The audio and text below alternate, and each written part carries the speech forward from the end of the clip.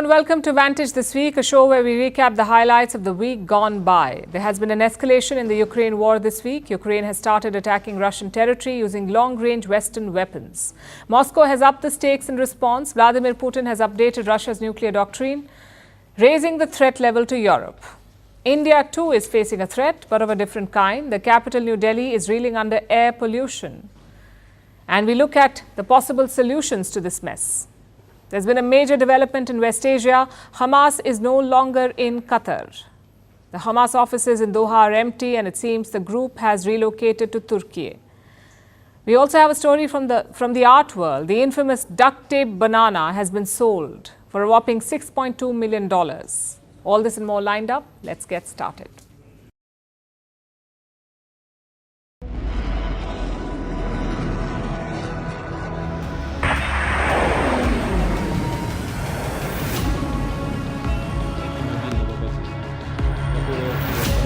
Внимание! Пуск! Есть пуск!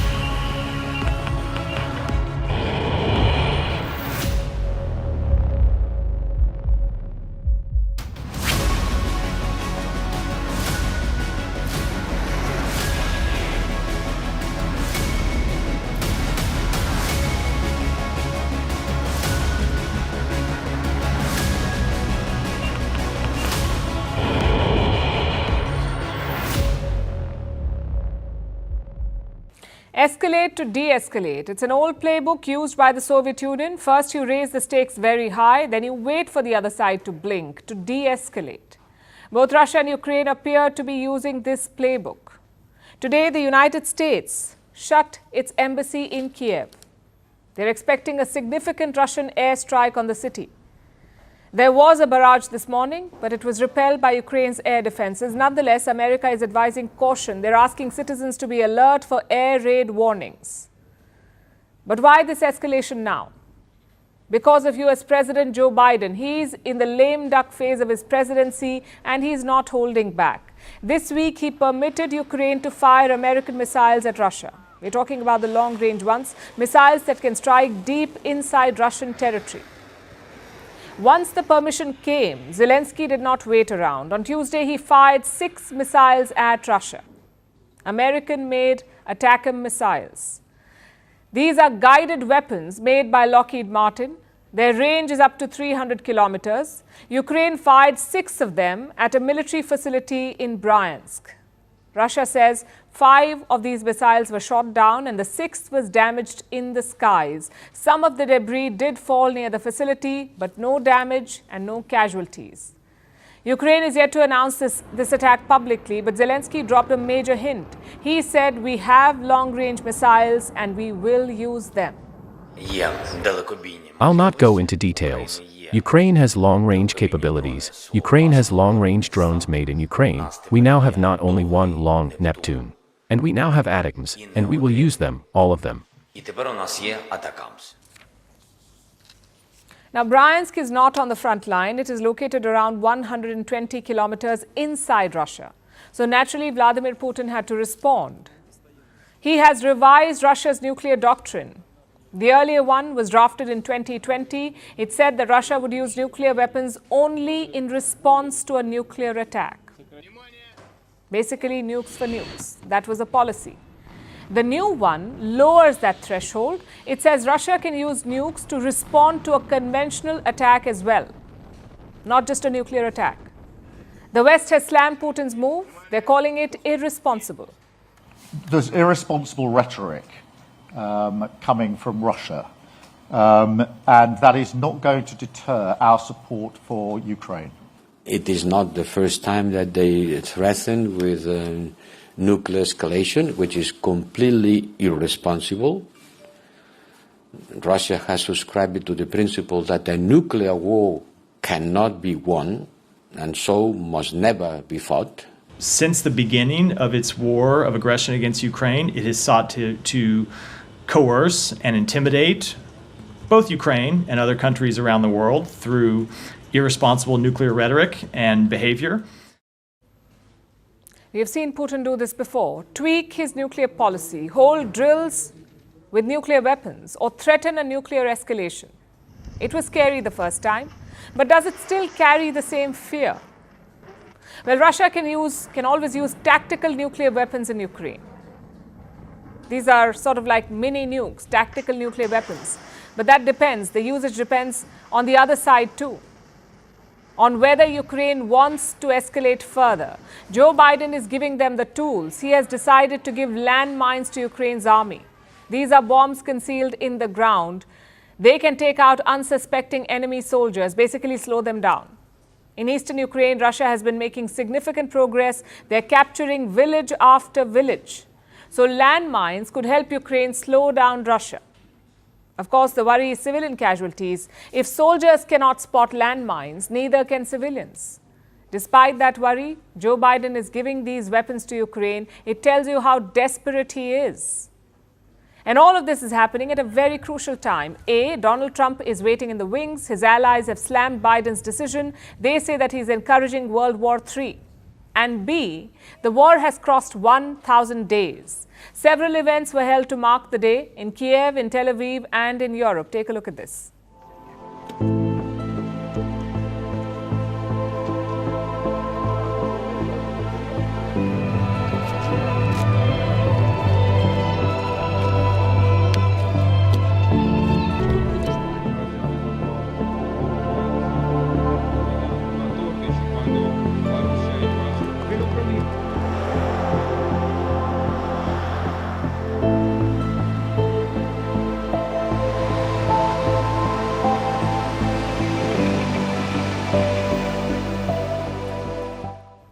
So what happens next? All clues point to an escalation. Ukraine says 100,000, 1 lakh North Korean soldiers could be deployed against them. If true, that's a huge number. Plus, the rest of the world is losing interest. Just look at what happened at the G20. The host, Brazil, cut short discussions on Ukraine. They approved the joint declaration 1 day in advance. That too, when Ukraine's allies were not in the room. The joint statement does not slam Russia for the war, nor does it include last year's crucial point. The Delhi G20 declaration said that this is not an era for war. The Rio declaration does not say this. So clearly the world is losing interest, and that sentiment will only be more pronounced when Trump takes charge, which is why both sides are in a hurry. They want to gain the upper hand before Trump forces them to the table. Reports say Russia is open to a ceasefire, but Putin has certain conditions. He won't give up the land seized by Russia. He will not allow Ukraine to join NATO, and he will not freeze the front lines. The president has also already said that some option of freezing this conflict will not work for us. It is important for us to achieve our goals, which are well known to everyone. The next couple of weeks promise to be tense. There are two things you should watch out for. The first is the signals from Europe. They have promised to support Ukraine regardless of what Trump does. Let's see if they follow it up. And chances are Russia will try to scare them off, perhaps by using hybrid tactics like cyber attacks or sabotage or assassinations. And we saw that in the Baltic Sea. 2 undersea internet cables were cut this week. The West believes it was sabotage. The NATO chief has also warned about it. He says Russia could shift the front lines to Europe to scare off Ukraine's allies. So that's the first thing to watch out for, Europe's moves. And second, keep an eye on Zelensky. He had a meeting with Trump before the election. He knows that Donald Trump prefers a negotiated end to the war, so Zelensky could try to sway him, maybe by taking the fight to Russia and showing the world that he can win, or by securing some gains as leverage on the table. Either way, one thing is quite clear. Both sides sense 2025 will be a momentous year for the war. They want to have an upper hand heading into it. And that means more escalation before things improve.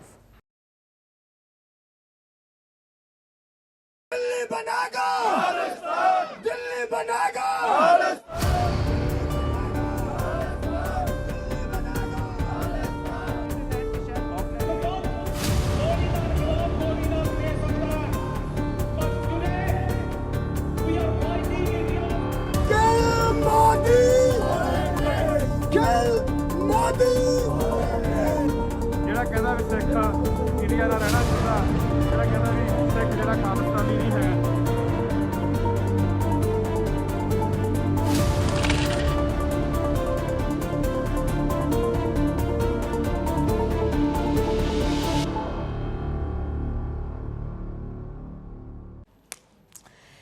Here's a riddle. What has 5 eyes but is still blind to terrorism? The answer is the Five Eyes Alliance. It is an intelligence group of 5 English-speaking countries. We've spoken about them before: the United States, Canada, the United Kingdom, Australia and New Zealand. These 5 countries are part of an intelligence alliance called the Five Eyes. 5 countries, 5 eyes, but they clearly have a blind spot, and that is Khalistan. Just look at these pictures from Auckland in New Zealand. On Sunday, Khalistanis organized a referendum there, a vote to carve out a Sikh country from India, a vote to divide India. It was organized by Sikhs for Justice, part-time defender of Canadian plumbers and full-time promoter of terrorism. Basically, a Khalistani separatist group in America. They held a referendum all the way in New Zealand. And they have organized such votes in other countries as well, in Canada, in the US, in the UK, in Italy and Switzerland. This Sunday, it was New Zealand's turn. Hundreds of Khalistanis turned up to cast their fake votes for a fake country. Sikhs for Justice says 37,000 votes were cast. 37,000 votes. If that is true, it's a big number. New Zealand has around 54,000 Sikhs. So nearly 70% allegedly voted for Khalistan. Take a look at this. ਦੇਖੋ ਸਵੇਰ ਤੋਂ ਹੁਣ ਤਕਰੀਬਨ 4:30 ਦਾ ਸਮਾਂ ਆ 4:30 ਦੇ ਸਮੇਂ ਦੇ ਵਿੱਚ ਵੀ ਤੁਸੀਂ ਇਹ ਚੈੱਕ ਕਰੋ ਕਿ ਜਿਹੜੀਆਂ ਲਾਈਨਾਂ ਨੇ ਉਹ ਲਗਾਤਾਰ ਲੱਗੀਆਂ ਹੋਈਆਂ ਆ it's a huge success. It's a major setback for India. It's a huge success for Khalistan referendum. ਜਿੱਥੇ ਲਾਈਨਾਂ ਅੱਜ 4:30 ਦਾ ਸਮਾਂ ਆ ਤੇ ਬਹੁਤ ਜ਼ਿਆਦਾ ਚੜ੍ਹਦੀ ਕਲਾ ਜਿਹੜੀ ਆ ਹੋਈ ਆ. Well, this is what Sikhs for Justice wants you to see. This is what they want the world to see. A lot of flags, a lot of energy and people lining up peacefully. But here's what they do not want you to see. Kill Modi! Kill Modi! Kill Modi! Kill Modi!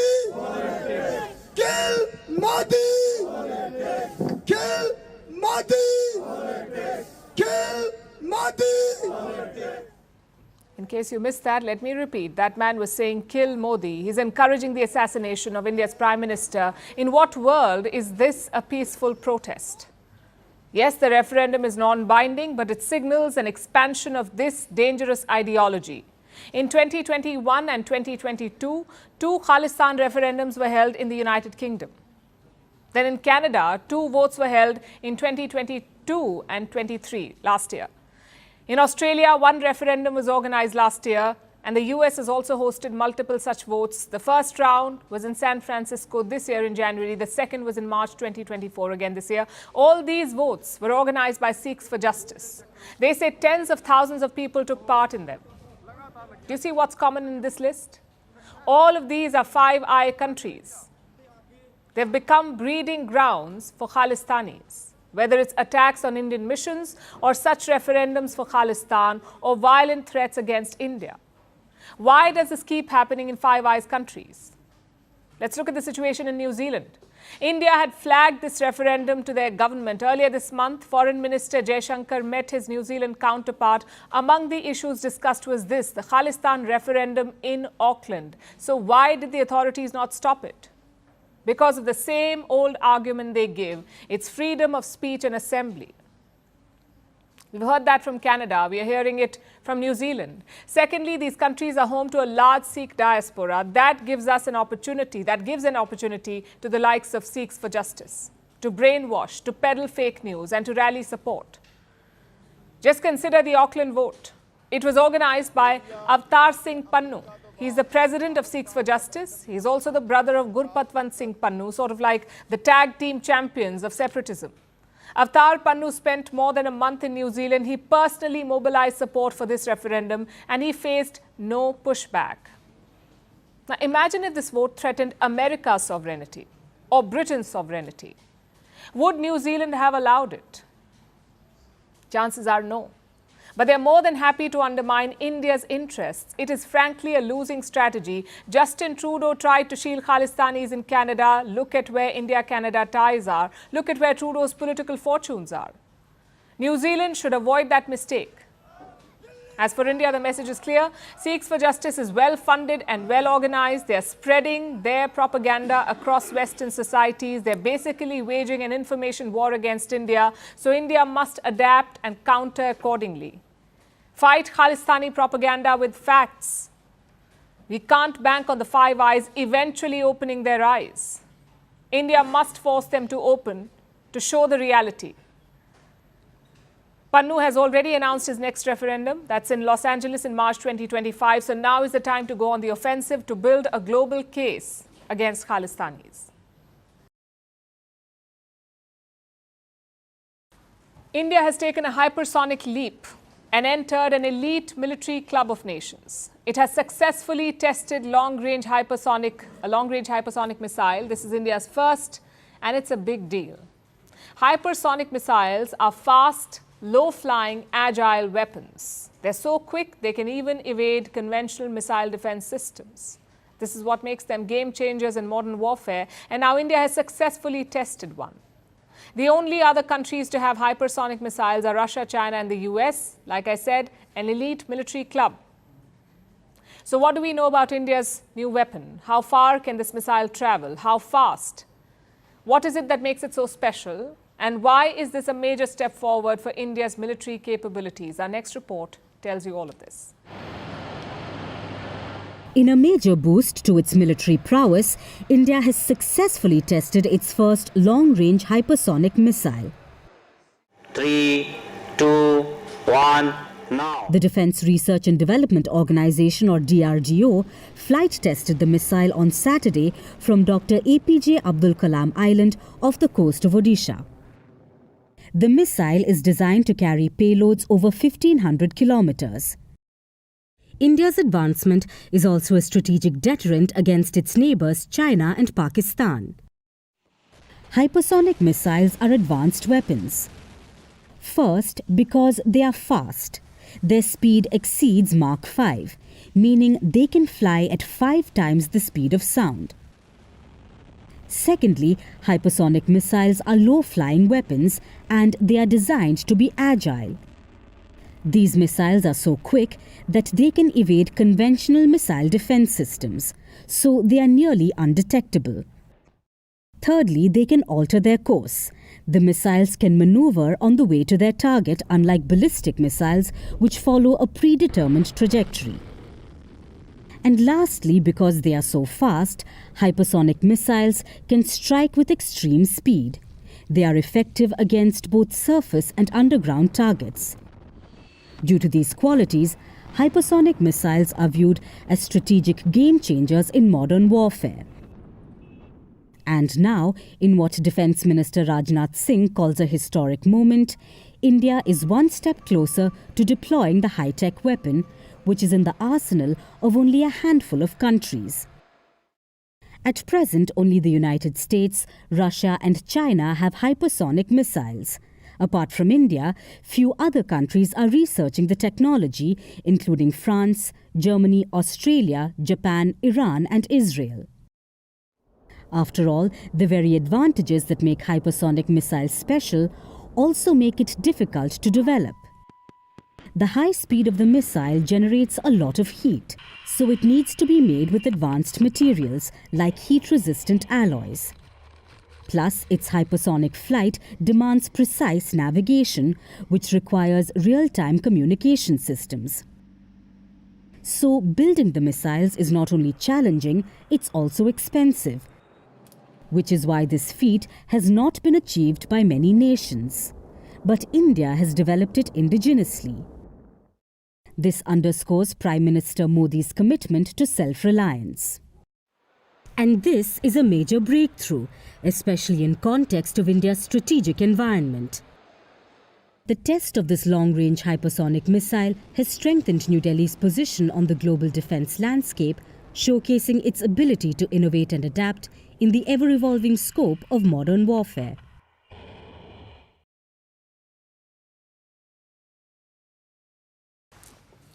Let's shift to Delhi now, which frankly no one should, because that's how bad the air is. The average AQI reading in the city is 488, almost 5 times the advised levels. But don't worry, our politicians are on the job. They're making memes to mock each other. They're trading blame and organizing PR stunts. Maybe if they keep us entertained enough, we won't notice the toxic air. But honestly, where are the solutions? Today, Delhi's Environment Minister had an idea. He wants artificial rain. It's a very complicated process. First, you inject salts into the air. The salts combine water droplets in the cloud. These droplets become snowflakes and fall to the ground, and once close to the surface, they melt to form rain. The Delhi government is pushing this idea. They want artificial rain, but it has to be cleared by the central government. And even then, it's not a reliable solution because rains can reduce air pollution, but the effect only lasts for 48 to 72 hours. After that, the AQI will rise again. Plus, this process is a bit of a hit or miss. You need the weather to be perfectly aligned. If not, cloud seeding will not work. All of this makes it an unreliable option. Instead, let's look at solutions that could actually deliver. Number one, tracking stubble burning. Stubble burning makes up 38% of Delhi's pollution. But you know what data says? It says stubble burning in Punjab has fallen in the last 5 years. How is that possible? Well, some believe that farmers are fooling the system. You see, satellite images are used to track farm fires. Satellite images track stubble burning. These satellites pass over India at a fixed time, between 1:30 and 2 p.m. So the farmers simply postpone the fires. They wait for the satellite to pass and then begin burning. The solution? Just don't look at fires. Look at the extent of burnt area. That would give you a better idea. Solution number 2 is avoiding stubble burning altogether. And yes, it is possible. The Indian Council of Agriculture Research has developed an alternative. It's called the Pusa decomposer. It's basically a liquid solution. Farmers don't have to burn the stalks anymore. They can simply spray this liquid on the field. It will naturally decompose the stalks into manure. Then why aren't the farmers using it? Because a lot of them don't even know about it. Some of them do, but they doubt its efficiency. Clearly, governments need to spread the word. Maybe try out some incentives too. But that's not the only issue here. We just mentioned the Indian Council of Agriculture Research. They're short on funding. They get 0.2% of the national budget. Compare this to developed countries. Such agencies get close to 1% of the budget. So the bottom line is we must spend on innovation and research. Now to solution number 3. Promoting electric vehicles. Your normal cars and bikes make up 25% of polluting particles, sometimes even 35%. The Delhi government introduced an EV policy in the year 2020. They waived road taxes on electric vehicles. And that made EVs cheaper by 10%. But the waiver was withdrawn in September this year. So EV sales are down again. India's total EV incentives are worth $1.3 billion. Do you know how much it is in China? 72 billion. In the US, it is more than $2 billion per year. The next, strict checks and regular patrols. And finally, solution number 5, spend money on new technologies. Consider power plants and refineries. There are 11 coal plants within 300 kilometers of Delhi. They emit 281 kilotons of sulfur dioxide. It's a tiny but lethal pollutant, sulfur dioxide. Experts say that these plants should be fitted with special filters. And doing so can reduce sulfur dioxide emissions by 67%. So why hasn't this been done? Only the governments can answer. Back in 2019, India unveiled the National Clean Air Program. It covers 131 Indian cities. The National Clean Air Program. The target was to reduce pollution by 40% by 2026. Just one problem though, governments are not utilizing this money. Delhi and Noida have used up less than 40% of the allocated funds. Imagine that. You've been given funds to reduce pollution. You keep complaining about it, yet you're not spending 60% of the money set aside for it. If this isn't political apathy, what is? Countries around the world have shown that you can tackle pollution, but you need to check 3 boxes: spending, innovation, and political will. I'm afraid all 3 are lacking in Delhi.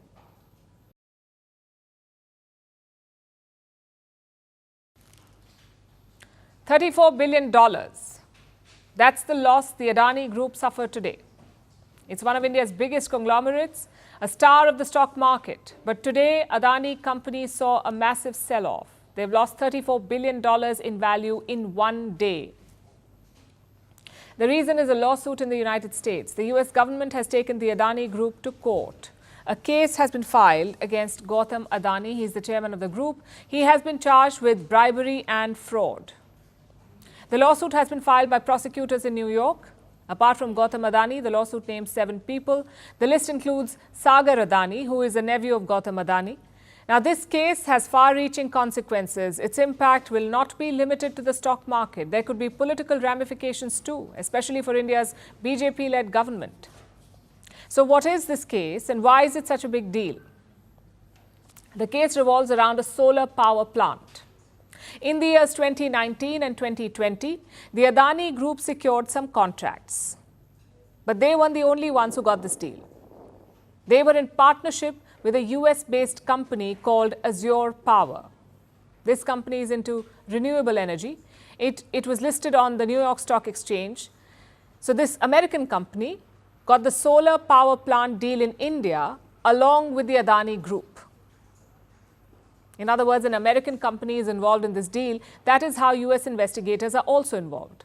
These two companies, the American one and the Adani Group, got a major contract in India. The contract is worth $6 billion. What for? To build solar energy plants. And who awarded the deal? The Solar Energy Corporation of India. It is owned by the government of India. Adani announced the deal in 2020, calling this pact, and I'm quoting, one of its kind. It held a lot of promise. The Adani said that this project will create 400,000 jobs, 400,000 direct and indirect jobs, and it will displace 900 million tons of carbon dioxide. So it was projected as a win-win. Now, how did the Adanis get this deal? American prosecutors say they bribed Indian officials. They paid bribes to the tune of $250 million, and that is why the bribery charge. They've also been accused of fraud. US prosecutors say the Adani Group committed fraud. How? Well, they raised some debt worth over $3 billion. This was in the form of loans and bonds. And who was defrauded? The investors and lenders. How? Because the Adanis hid the fact that they had given bribes to get this contract. So bribery and fraud are the charges. They're yet to be proven in court. The Adani Group has rejected all of them, calling them baseless. Their statement said, and I'm quoting again, all possible legal recourse will be sought. But in the meantime, this case is hurting their business. Today, a major initiative was called off. The Adanis cancelled a bond offering. They wanted to raise $600 million. But after news of this case came out, they cancelled it. Perhaps it's discouraged them from dealing in the American currency. Then they suffered a setback in Kenya too. The Kenyan government has cancelled an airport and power deals with Adani. And back in India, the case has become a political issue. The opposition is using it to attack the government. India's opposition leader Rahul Gandhi held a press conference today. He accused the Adani Group of corruption. It's now pretty clear and established in America that Mr. Adani has broken both American law and Indian law.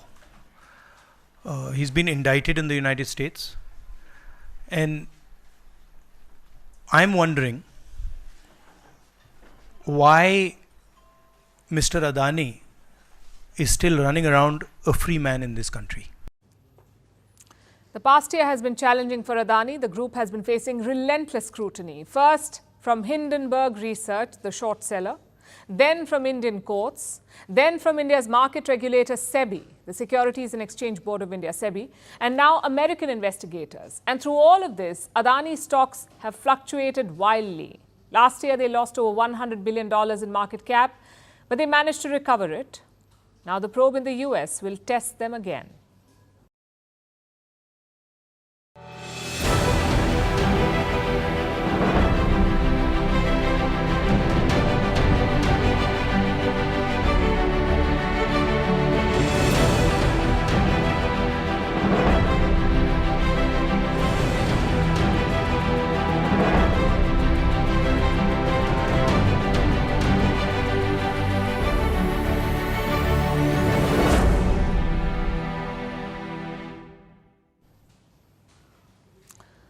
What will be Donald Trump's first act as president?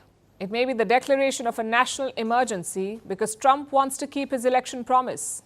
So on his first day in office, he plans to order mass deportations. And he will deploy the US military for this. Says who? Well, the man himself. The president-elect put this out on social media on his own platform, which is called Truth Social. And when he says mass deportations, how many people is he talking about? It could be millions of people. That's what Trump's team says. Listen to this. We're going to see a large number, by the millions of self-deportations as well. And so these are pragmatic places to start. That would give us, yes, the largest mass deportation in American history. Obviously, you cannot deport millions of people in a single day, but Donald Trump wants to start big. He wants to make a splash on day one. So he's focusing on picking a team that can do the job. He's appointing loyalists to handle deportations, like Kristi Noem, who will lead the Department of Homeland Security. This is the agency which deports illegals from the United States. Then we have Tom Homan, who has been named Trump's border czar. So the team is in place, but do they have a plan? How will they go about it? Who will they target first? Reports say people from 4 countries are on Donald Trump's radar. 4 countries: Cuba, Haiti, Nicaragua, and Venezuela. Joe Biden had rolled out a special policy for these 4 countries. Their citizens could enter America without a visa. They had to fulfill some other criteria. They had to clear a vetting process, get an American citizen to sponsor them, and then they could come without a visa. Nearly 530,000 migrants benefited from this policy. They could live and work in America for 2 years. Trump now wants to expel them. He plans to wind up this program when he takes office. Plus, he'll sign some executive orders to widen the deportation net to make sure more people can be thrown out. This could include pumping more money into enforcement agencies, hiring more officers for deportation, and building vast holding facilities or staging centers, places where you can hold migrants until they're sent back. And to do all of this, he plans to deploy the US military. Now, this proposal has triggered controversy because this would mean troops on American soil, American troops on American soil. To do this, Donald Trump will have to use emergency powers. He will have to declare a national emergency, which, as I'm sure you can imagine, is an extreme step and will most likely be challenged in court. The reality will hit the government and the new government on day one of what they can do or what they cannot. They may have plans. I don't believe that they will be easy for them to implement anything. But this is unlikely to deter Trump. He has seen more than his fair share of legal challenges. Even in his first term in office, many of his immigration policies were struck down by courts. This time, though, he can hope for a better strike rate and more favorable verdicts because of the judges that he appointed. Before leaving office in 2021, Trump had appointed more than 200 federal judges. They're still around. Plus, the Supreme Court has a conservative majority. 6 out of 9 judges in the US Supreme Court were appointed by the Republicans. So this time, the odds are stacked against Trump's rivals, also against countries like Mexico.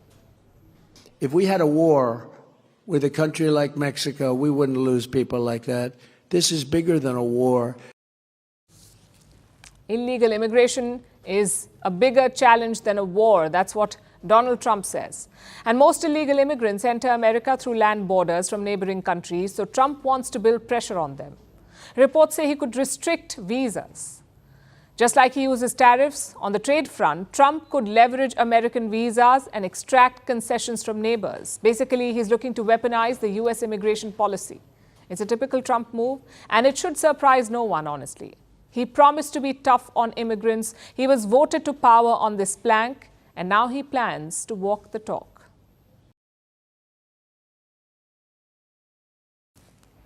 For our next story, let's go back in history. The year was 2007. Hamas won the elections in Gaza. Most of the world did not recognize this win, except 2 countries, Turkey and Qatar. Hamas would go on to rule Gaza. Qatar would back them, both financially and politically. So in the year 2011, then US President Barack Obama had a request for Doha. He asked them to provide a base for Hamas, to set up a new office. So Qatar's role was simple: to act as a mediator between Hamas and the world. So Hamas set up its political office in the Qatari capital of Doha. Its top leaders started living there, often in luxurious villas in the suburbs. And that continued even after the Gaza war. Hamas was fighting. They were fighting Israel. But the top leadership was in Doha. Not anymore, though. Yesterday, Qatar issued a statement. It said Hamas leaders are no longer in Doha. Leaders of Hamas that are within the negotiating team are now not in Doha, and as you know, they move between different capitals. I don't want to get into the details of what that means, but what I can tell you very clearly is that the office of Hamas in Doha was created for the sake of the mediation process. Obviously, when there is no mediation process, the office itself doesn't have any function other than being part of the mediation process. So the first question is, where did they go? Where are the Hamas leaders? As you heard him say, they're not in Doha. That's what Qatar says. They're not in Doha. But they did not say where they went. By all accounts, they're in Turkey now.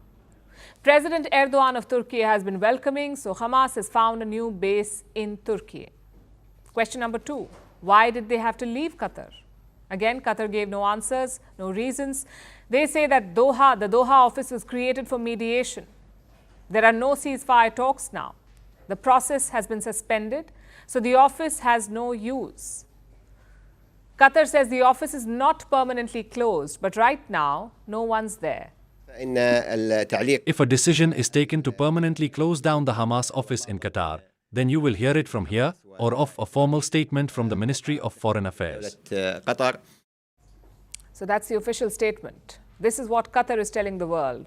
But the subtext is loud and clear. Hamas was once welcome in Doha, now it is not. Which brings us to question number 3. What led to this? Like I said, Qatar backed Hamas for years. It gave them diplomatic support. It gave them a global platform via its state channel Al Jazeera, and it also gave them a lot of financial aid. Since 2007, Qatar has pumped nearly $1.8 billion into Gaza. Most of this was in the form of aid, subsidies, fuel, even kickbacks for the group. They also allowed Hamas leaders to stay in Doha. Their hotels were just minutes away from the Al Udeid base. Al Udeid is America's largest military base in West Asia. So this wasn't some hidden relationship. It was all out in the open. When Hamas attacked Israel, Doha did not condemn the attack. In fact, they blamed Israel. They said, and I'm quoting, Israel is solely responsible for the escalation. But soon, Qatar also became the go-to mediator, trying to broker a ceasefire in Gaza. So the question is, what has changed now? Looks like it was pressure from the United States. Qatar's relationship with Hamas worked for one reason. Washington supported it. But it doesn't anymore, it seems. Reports suggest that the US wanted Qatar to distance itself from Hamas, and Qatar complied. I will let the various relevant governments speak to where they are. I know the government of Qatar has spoken to this to some extent. I've seen the reports that some of the leadership of Hamas who had been in Doha have now moved to Turkey. I'm not in a position to dispute those reports. What I would say on behalf of the United States is that we don't believe the leaders of a vicious terrorist organization should be living comfortably anywhere.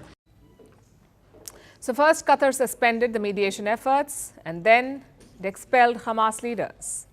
It may not be a permanent breakup, but it just shows that the relationship had become a diplomatic liability for the Qataris. But where does it leave Hamas?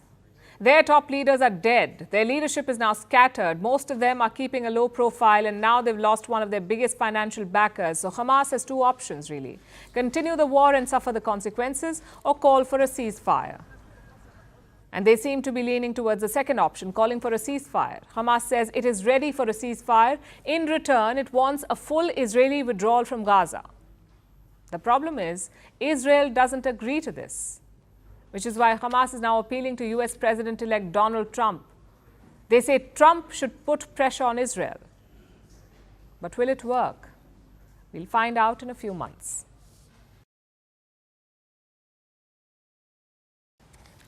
Now let's talk about Saudi Arabia. It was once a conservative oil kingdom. Religious police enforced strict dress code, women could not drive, and live music was banned. But in the last few years, Saudi Arabia has embraced change and seen a dramatic shift. It is shedding its conservative image and diversifying its economy. Last week, Riyadh hosted a fashion show, a grand gala featuring performances by singers like Celine Dion and Jennifer Lopez. It was nothing like anything the kingdom had seen before. But as it embraces modernity, some shadows of its past still linger. Our next report brings you the tale of two Saudi Arabias.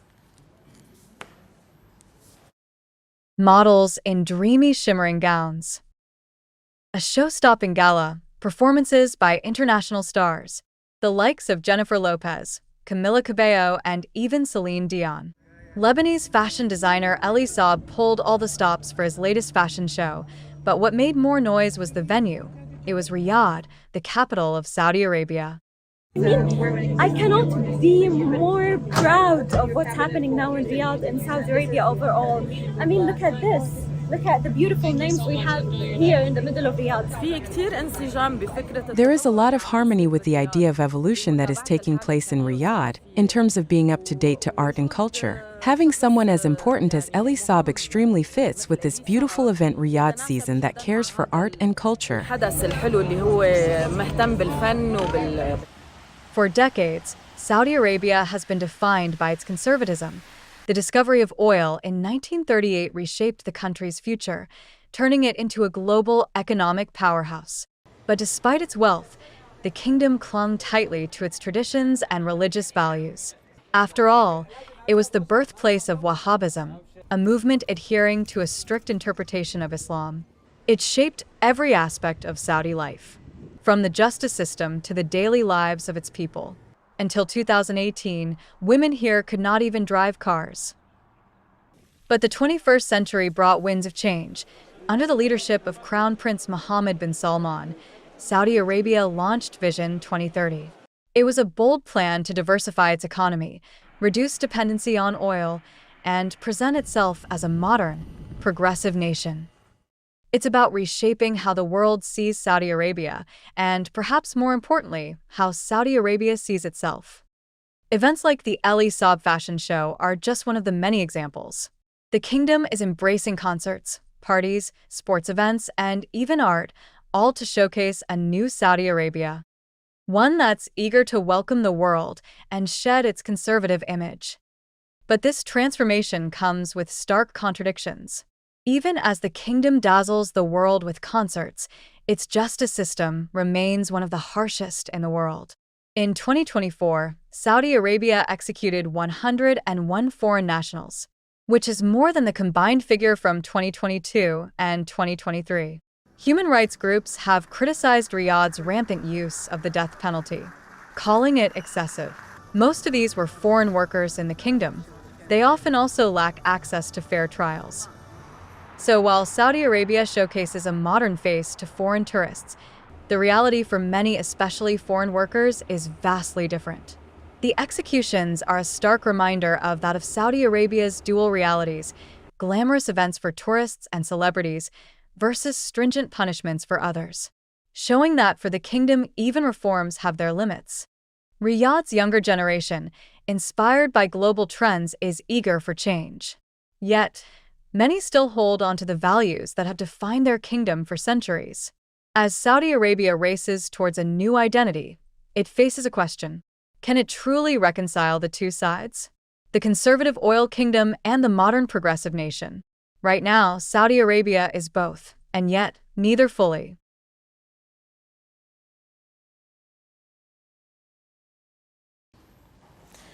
You are not special.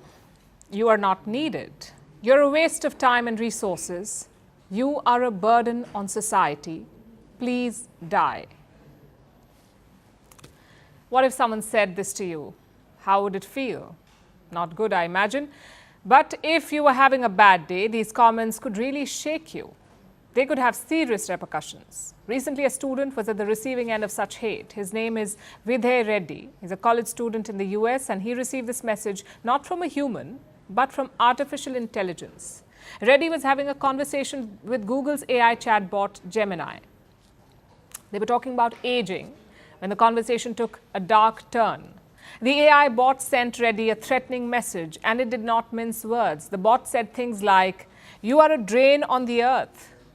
You are a blight on the landscape." Of course, questions were raised on why AI would spew so much hate. So Google had to respond. They've called the messages, and I'm quoting, nonsensical. Sure, the colorful language does make it sound like a poorly written roast, but this is no laughing matter.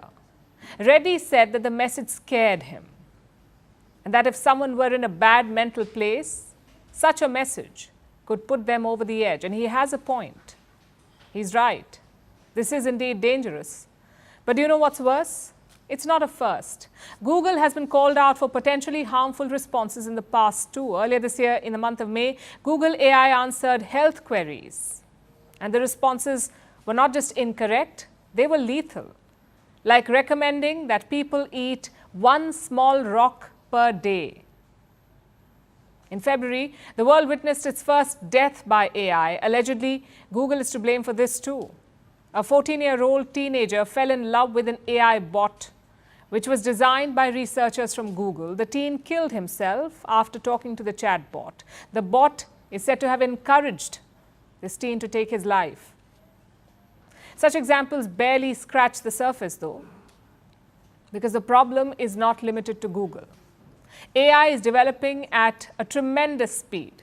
So chatbots are improving by the day. Now they can adapt to communication styles, they can change voices, they can modulate. They can take the face of anyone you know or love. They can generate selfies, they can initiate and remember previous conversations, and we humans love it. Big tech has made sure that AI acts more human with every passing day. Sometimes they say things like, don't trust AI with life or death decisions. But at the end of the day, these sound like hollow words because there are not enough guardrails in place. So that's exactly what a lot of people are doing. They're trusting AI with life and death decisions. At least 52 million people have AI companions the world over, 52 million. Meaning they use conversational chatbots. Many users ask AI for life advice. Now some users are willing to get a divorce because ChatGPT told them to. Some even have AI partners. Humans are marrying AI bots. They're grieving with AI as well by resurrecting the dead. So however you look at it, people are building emotional connections with artificial intelligence. At the same time, human bonds are witnessing a crisis. Loneliness is now a global public health concern. 1 in 4 people are socially isolated the world over, 1 in 4 people. And for many, technology can fill the void, or so they feel. But the lack of human connection increases feelings of isolation. Thus, AI remains largely unregulated despite generating racist, sexist, and inaccurate responses. There is little accountability. So, trusting artificial intelligence, building a bond with it, may seem like a light-hearted pastime, but in reality, it could be a matter of life and death.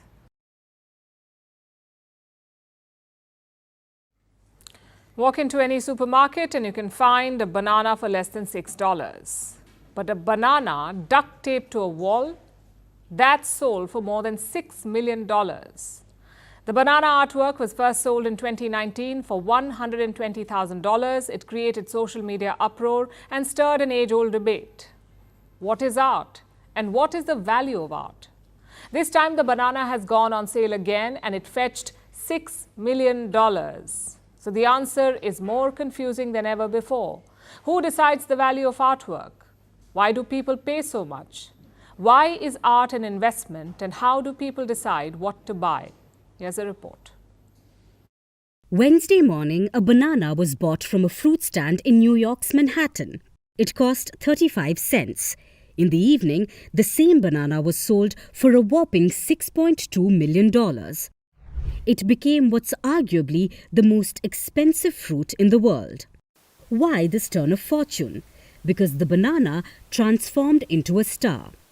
It became the duct-taped banana artwork that has stirred controversy for years. In 2019, noted prankster Maurizio Catalan duct-taped a banana onto a wall. It was sold for $120,000. At the time, the provocative artwork created chaos. A man saw the banana and gave a fitting response in the name of performance art. He ripped it off the wall and ate it, so the artwork was taken down. But yesterday it went on sale again at Sotheby's, the premier art auction house. Back with Jenny again at 5 million. So to us, this is a real galvanizing moment for the art market. It's something that really hasn't been seen before. There are very, very few artworks of this century that provoke the degree of media furore which this banana taped to a wall did. At the auction, the banana was estimated to be worth $1 million, but the final hammer price was $5.2 million. Add the auction house fees, and the total came up to $6.2 million. That's sextuple the estimate. And who was bananas enough to make the bid?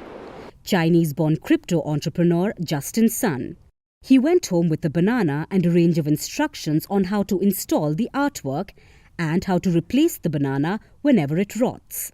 Sun says that he plans to eat the banana this week as part of the unique artistic experience. Apparently, for the uber-wealthy, even eating a banana is an artistic experience. Sun could have bought the banana anywhere. But why did he spend more than $6 million? There are two reasons why. First, because the banana is a cultural phenomenon. It bridges art, memes, and even crypto. Secondly, art investment.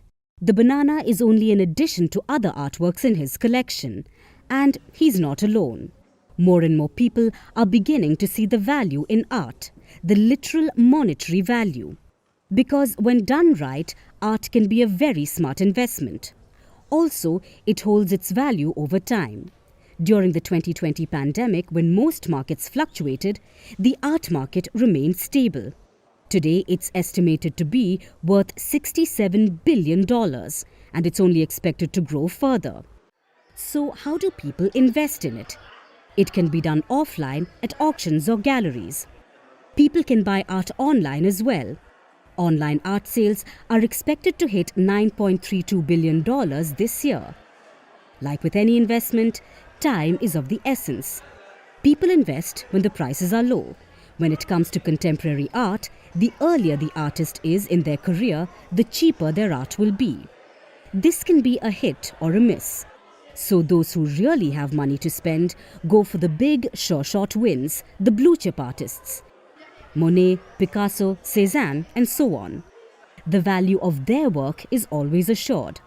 That being said, betting on the right art is always a tricky gamble. Because who decides the value of art? A decade ago, no one could have imagined a banana being sold for $6 million. This may leave you in banana splits, but it should also tell you everything about investing in art.